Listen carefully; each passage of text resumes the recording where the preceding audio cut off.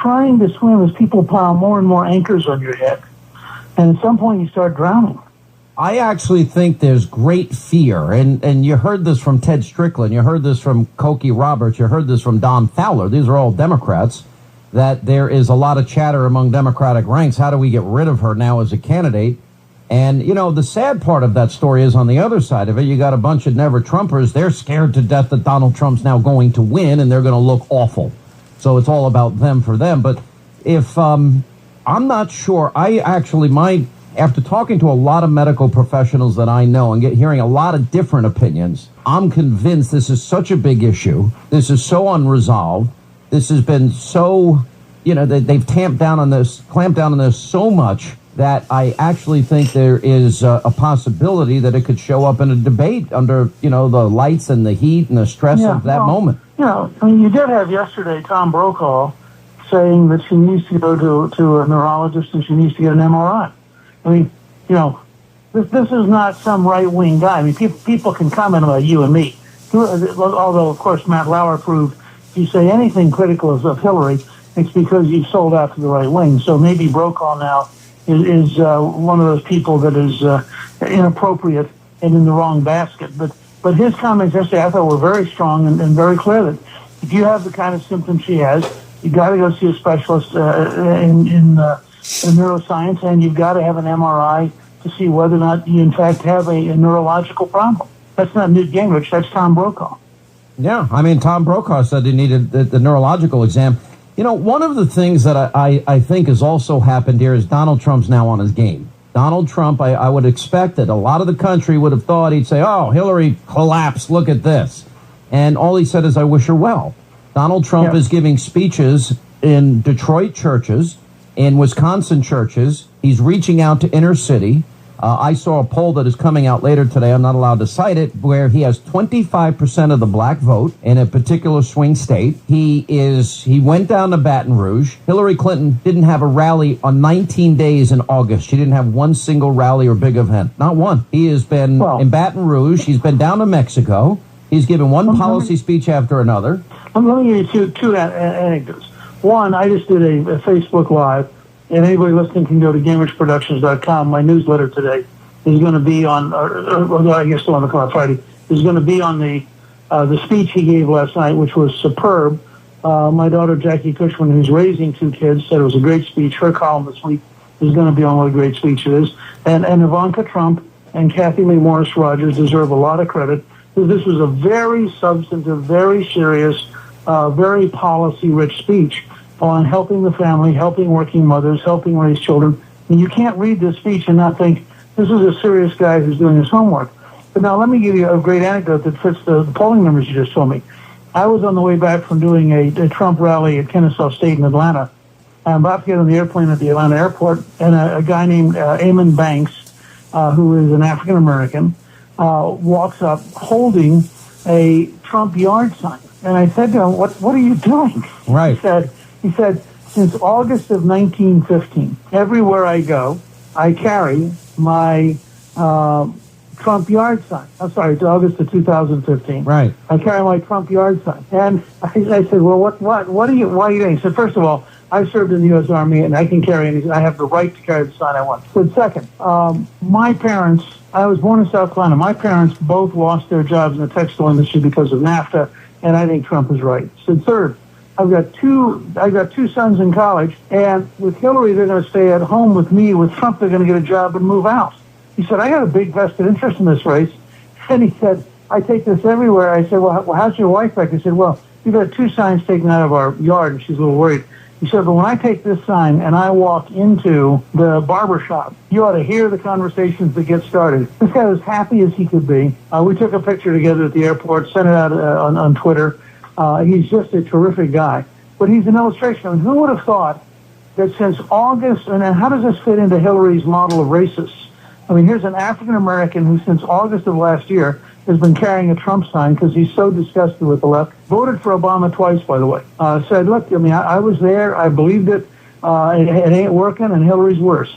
So I just think it's a minor anecdote. It doesn't technically prove anything, but it fits the polling number you just gave us. I mean, if Trump ends up in the 20-25% range in the black community. The Democratic Party is in just enormous trouble. And frankly, the Republican Party will be a lot healthier place. You know what's amazing, though? It's for the Republicans to become a party that's inclusive. Here's what all these never-Trumpers, I've been at war with them because I know you've been interviewed about it. I actually heard about it.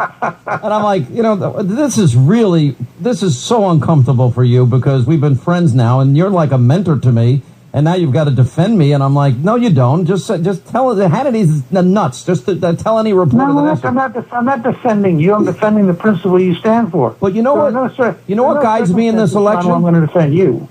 But I will defend the principles you stand for. Well, I mean, you're right, and I think I'm right. Conservatism is an ideology. It's a philosophy. There are principles that are never-ending and everlasting, but it also has to be applied to modern-day problems the way Reagan did it. And I see Trump as that guy. Now, for me, this is what this election is about, and I say it every day. We have the lowest labor participation rate from the 70s, since the 70s, the lowest home ownership rate in 51 years, the worst recovery since the Great Depression in the 40s.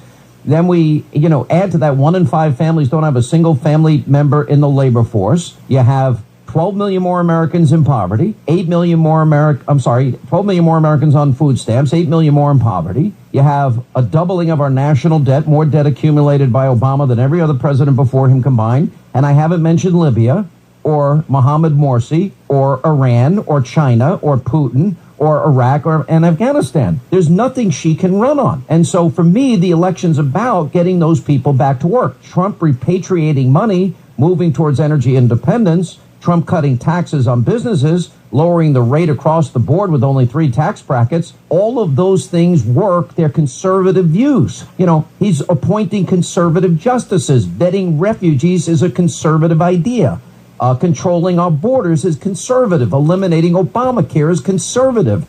Energy independence is conservative. Education back to the states is conservative. What part of it are these people not getting? Well, you see the same fight over his speech last night. What his speech last night about the family, about child care, about elder care, about mothers who stay home. When you read all the different things in that speech, what he's doing is he's taking money and power out of Washington, where Hillary wants to use it, to have more government-run child care centers with more unionized membership. And he's sending it back home. He's saying it's your money. You ought to get to keep it. And by the way, he talks very specifically, you ought to be able to collaborate with others in the spirit of Uber and Airbnb and other collaborative systems. And you ought to be able to use modern technology so that you and other folks in your neighborhood are able to collaborate and work together without a Washington bureaucrat giving you permission. Now, it's actually a very decentralizing, pro-family, pro-child speech. And yet I'm told some conservatives are all upset about it. And I just think that they're totally wrong. And he also says something which, if people would slow down and listen carefully, would be a tremendous liberating impact on the city. He wants to go after fraud in order to pay for the cost of certain programs. And people shrug and say, well, they always say that. That's baloney. If you took the American Express, Visa, and MasterCard model of fighting fraud, and you laid it over government programs, food stamps, disability, Medicare, Medicaid, etc., you would save, I think, at least $140 billion a year. That's real money. You know, Obama, his tax collections up to now are over $20 trillion, and he still added $9 trillion to the debt and going higher. It's unbelievable to me. It's like, when it is enough, it's like crack for crack addicts, the way these politicians spend money. But I've got to run. We'll see you tonight. You're going to be on Hannity. It's going to be great. Look forward to it. You know, and I do appreciate your insight and understanding of conservatism and its application more than some of these so-called intellectuals that feel they're so superior to everybody else. But thank you. You know, it used to be that there are investments that were only for the big rich guys, you know, the institutional investors, people that had piles of money, people that use money managers, that sort of thing. Anyway, one of the investments that they have used that we've been kind of shut out on for years is called a REIT, a real estate investment trust, REIT. Now, richuncles.com is bringing this investment opportunity to all of us, and you'd also save 10% in upfront fees because they eliminate the salespeople.